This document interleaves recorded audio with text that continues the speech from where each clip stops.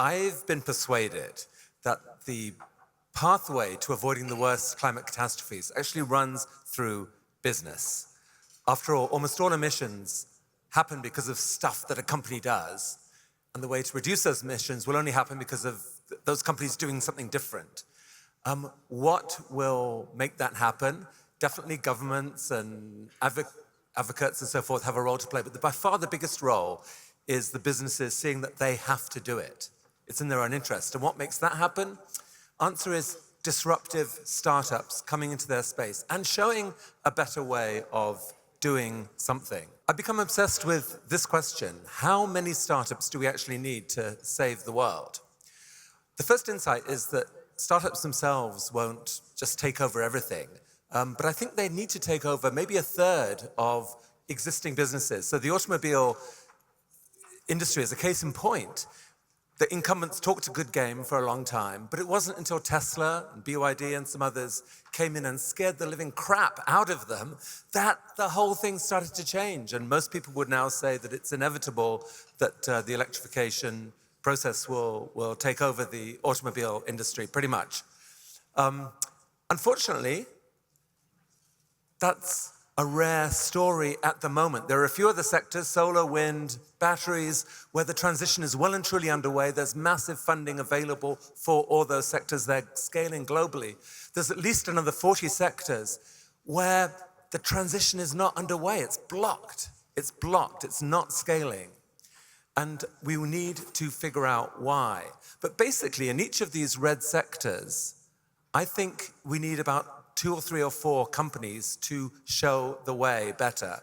And roughly speaking, that gets you to this answer to that question. We need 120 climate startups, I think, can save the future. And I've dug into a lot of business models of some of the most promising startups.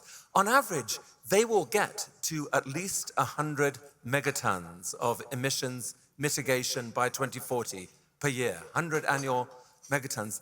That is enough to do a third of what the world needs by 2040, which is enough to disrupt the rest. So that is my number. And how do we get that? See, I find that even though it's a big number, I'm excited by it because I can picture it. Those companies exist. I know VCs who in their portfolios have far more than this. There are hundreds of them out there. What is in the way? Well, there's this problem called the valley of death.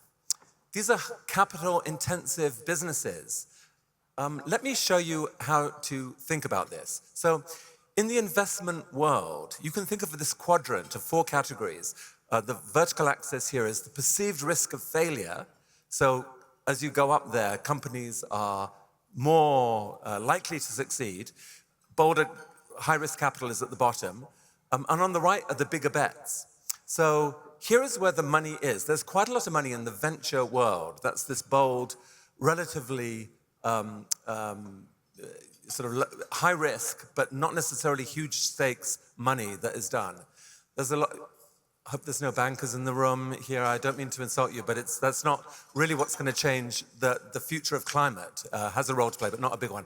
There's a huge amount of money here in the infrastructure funds, accelerator funds, pension funds, private equity. This is where sovereign funds are. This is where all this money is being used for solar and wind expansion and so forth.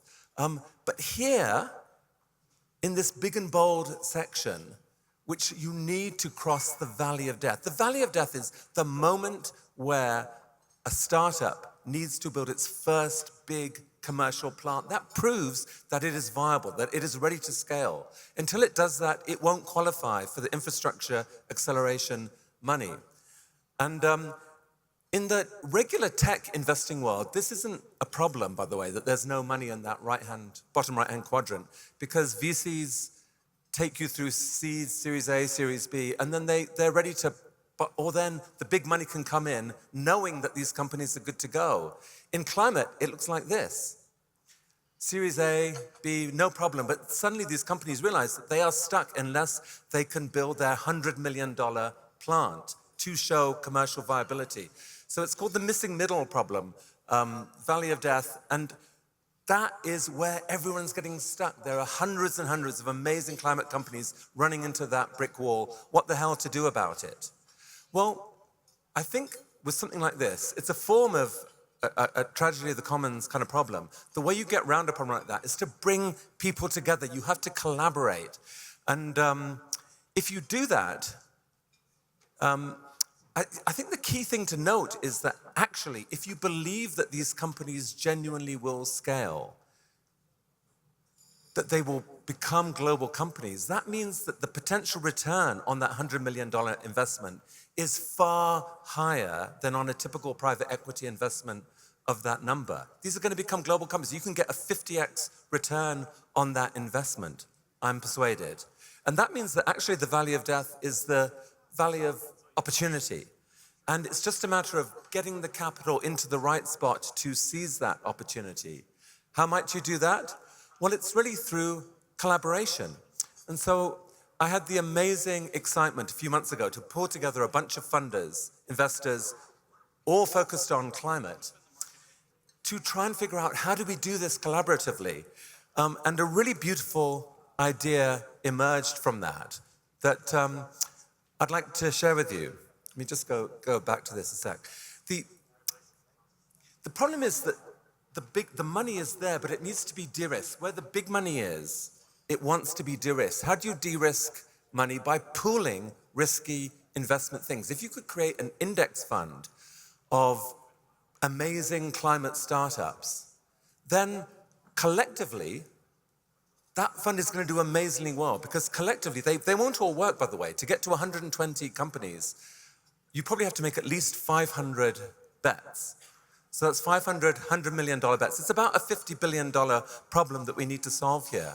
But that money is out there. It's just all blocked in the low-risk stage. So if we could create an index fund that owned a lot of these companies, that fund would actually have amazing returns. You'd only need 20% of them to succeed, and you have amazing returns because you're building the companies of the future that will own the world.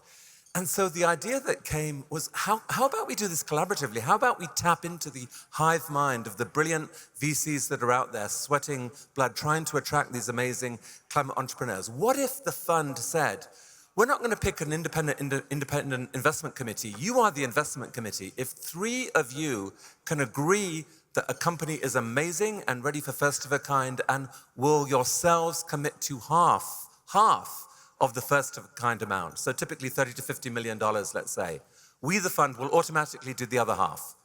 And that then could be absolutely catalytic. And so the good thing is, I think this fund is going to happen. I just had an email yesterday from the incredible investor, John Arnold, saying he's ready to put in the first 50 million, and there's a lot of other people very excited about this. So I think we're going to have an initial pilot of about 300 million en route to maybe 20 billion, who knows. This, by the way, is the ultimate statement of optimism, and this is where I like to end.